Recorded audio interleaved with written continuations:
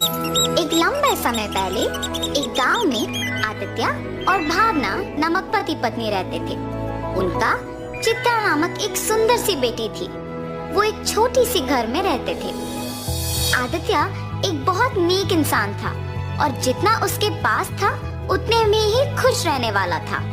वो पानी पूरी बेच के आए हुए पैसों से ही अपने परिवार की देखभाल करता था।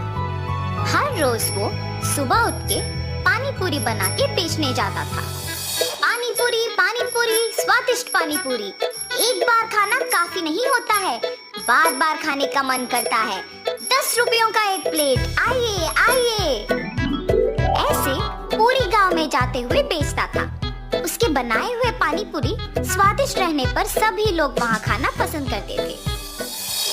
रोज की तरह वो एक दिन पानी पूरी बेच के अंधेरा होने पर वापस घर जाते रहता है, जब उसे रास्ते में कुछ लोग भागते हुए नजर आते हैं।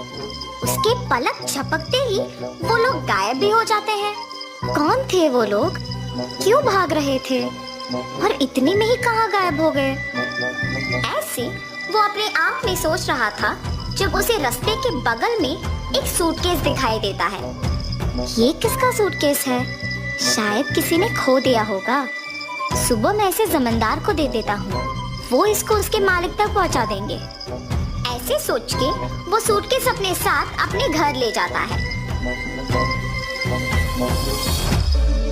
आदित्य की पत्नी उस सूटकेस को देख पूछती है, ये किसका सूटकेस है जी? मुझे नहीं पता, आते समय रास्ते में मिला था मुझे। क्या है सूटकेस में? नहीं, मुझे नहीं पता, मैंने देखा ही नहीं। अच्छा, तो फिर रुकिए, मैं पहले ये देखती हूँ कि इसमें है क्या। और ऐसे सूटकेस खोलती है। सुनिए, इधर आके देखिए तो कि इसमें है क्या। हाँ, क्या है? पास आके देखने पर वो सूटकेस हीरे, मोती और सोने से भरा हुआ था। देखा आपने? कितने हीरे, कितना सोना है इसमें। अब हमें कभी वापस मेहनत करने की जरूरत ही नहीं पड़ेगी। भावना, ये सूटकेस हमारा नहीं है, किसी ने खो दिया इसे। कल सुबह इसे जमींदार के हवाले करने इसे लेके आया हूँ। तो आप क्या इसे जमींदार को लौटाएंगे? हाँ, मैं ये स्वीकार नहीं करूँगी। हम इस सूटकेस को हमारे ही पास रखेंगे। आपको मेहनत करने की जरूरत ही नहीं पड़ेगी। हम आखिरकार बहुत खुश रहेंगे। अपनी पत्नी का उस बात ना स्वीकार करने पर आदित्य उसे दुख ना पहुंचाने के लिए उसे कुछ नहीं कहता है और सोच में पड़ जाता है। अगर मैं उन हीरे और मोती को लेता हूँ तो गलत है, पर अगर मेरी पत्नी वो सब लेती है तो वो मेरी गलती नहीं है ना। ऐसे सोचकर अपनी पत्नी से कहता है, किसी और का कमाया हुआ मुझे खर्च करना ठीक नहीं लगता है। मैं अपने पानीपुरी का दुकान ही चलाऊंगा। तुम्हें जो पसंद तुम वही करो। ऐसे कहने पर उसकी बीवी बहुत खुश होती है। कुछ दिन बाद उसकी पत्नी मिले हुए हीरे, मोती और सोना बेच के एक बड़ा सा घर खरीदती है और वे सब उसी घर में चले जाते हैं। मगर आदित्य अपना पानीपुरी का व्यापार नहीं छोड़ता है। एक दिन जमींदार के पास एक औरत आती है। प्रभु, प्रभु, मेरे घर में किसी ने सारे हीरे, सोना, मेरी गहने चुरा लिया है। मुझे समझ में नहीं आ रहा कि मैं क्या करूं, इसीलिए आपके पास भाग के आई। कृपया मेरी मदद कीजिए प्रभु। फिक्र ना करो माता, मेरे पे भरोसा करके आप चले जाओ। मैं उस चोर को पकड़ के आपको बुलाऊंगा। जमींदार के ऐसे कहने पर वो औरत उन पे भरोसा करके वहाँ से चली जाती है। उसके बाद के कुछ ही दिन में जब आदित्य और उसका परिवार एक बड़ा घर खरीद के उसमें रहने लग जाते हैं, तो गांव के लोग में उन्हीं के बारे में खुसर पुसर शुरू हो जाती है। ऐसे ये बात जमींदार तक भी पहुंचती है। एक साधारण पानीपुरी बेचने वाला एकदम से इतना बड़ा घर कैसे खरीद पाया? पता नहीं प्रभु, किसी को नहीं पता।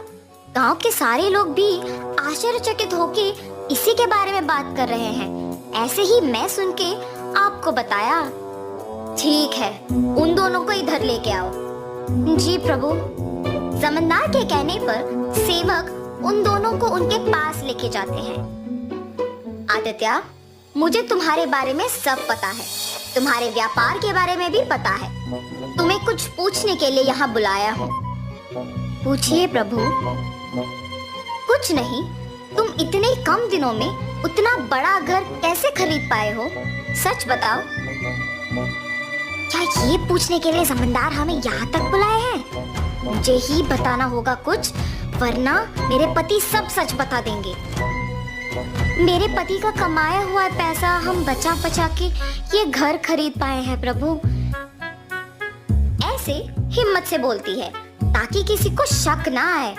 माता, आप पे कोई इल्जाम लगाने के लिए मैं आप लोगों को यहाँ नहीं बुलाया हूँ।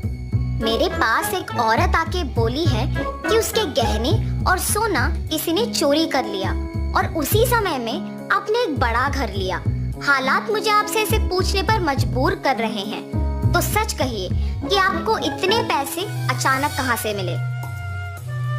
अगर मैं अब भी चुप बैठूंगा तो वो एक बहुत बड़ी गलती होगी और उस औरत के दुख का कारण मैं ही हो जाऊंगा। ऐसे सोचकर आदित्य जमींदार को सच बताने का फैसला करता है। मुझे क्षमा करे प्रभु। और ऐसे जो कुछ भी हुआ वो प्रभु को बताता है और तुरंत वो गहनों वाला सूटकेस उनके हवाले कर देता है। तुम्हें अपनी गलती का एहसास हुआ है और तुमने सच बता के और ये गहने ला के वापस कर दिए, इसीलिए मैं तुम्हें अपनी पहली गलती के लिए माफ कर दूंगा और दंडित नहीं करूंगा। लेकिन याद रखना आदित्य, गलती ना करना जितना जरूरी है उतना ही जरूरी है गलती करने वालों को रोकना। ये कभी मत दोहराओ। जमींदार के माफ करने पर आदित्य उनके कृतज्ञ होता है और वहां से चला जाता है और जमींदार उन गहनों को उस औरत के हवाले कर देता है। आदित्य हमेशा की तरह अपने पानी पूरी का व्यापार करता है और उसी से अपना घर को चलाता है। तो इस कहानी का नैतिक क्या है? गलती नहीं करना है ये तो सबको पता है और गलती करने वालों को प्रोत्साहित भी नहीं करना है, ये समझ लो।